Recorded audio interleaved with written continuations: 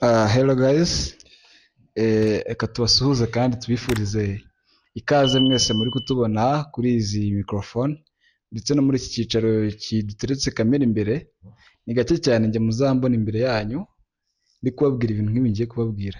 Ni gake cyane muzabona Timaya ari kubabwira ibintu nk'ibi ngibi agiye kubabwira. Yegereza mikoro kugira ngo wenda abashe no kumva neza.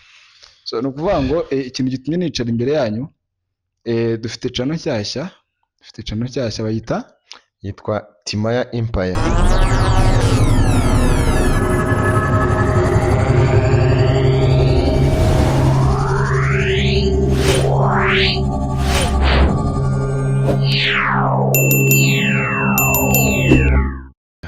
ni channel yitwa Timaya Empire.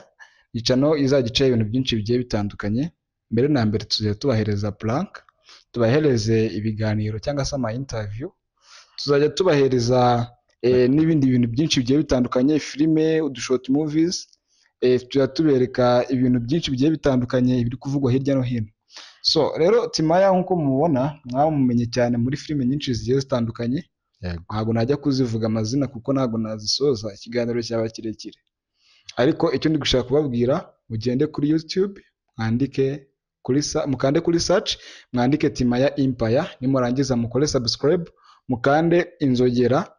Abantu batazi inzogera ni ka kantu kaba kameze nk'akagofero kaba kari hirya gato ya subscribe, kugira ngo mujye mubasha kubona ibiganiro azajya agenda abahereza umunsi ku wundi. So impamvu rero bibaye ngombwa ko nza kubahereza iki kiganiro twicaranye, ni ukugira ngo mubone ko ari ibintu biri seriye, ibintu nkanjye nka nyiri channel ya Van Management, nka Timaya nyiri channel ya Timaya Empire, akaba ari umuntu tubana muri team ya Van Management. Ni ibintu byiza kuba wakurikirana channel ya Van Management ugakurikirana channel ya Timaya Empire. Ni ibintu bizadufasha Collaboration. Ni ibintu bizadufasha kandi bizakomeza kubaka umubano ukomeye. So rero turabakunda cyane. Timaya yagira ikintu ababwira mu masegonda makeya kugira ngo iki kiganiro kitaza kurambirana. Mu minsi mike turatangira kubatamo imizigo. Murakoze cyane. Rero ikintu nababwira, nanabashimira cyane ku bufasha mwagiye muduhereza, ku rukundo mwagiye mutwereka kuri filime zagiye zitambuka. Rero no muri izi ngizi tugiye gukina, ni ukuri mutubabare mutwereke urukundo rwanyu, mwanayisharinga mukayihereza undi muntu cyangwa se mukabikundisha abandi bantu b'inshuti zanyu. Ni ubufasha rero bukomeye cyane, n'inkunga ikomeye cyane muzaba mudukoreye.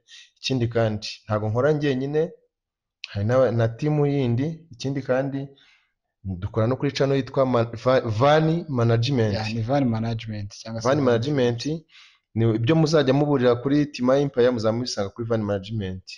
Rero mutwereke urukundo, mutugaragarize urukundo, mutwereke ko turi kumwe, mudusapotinge.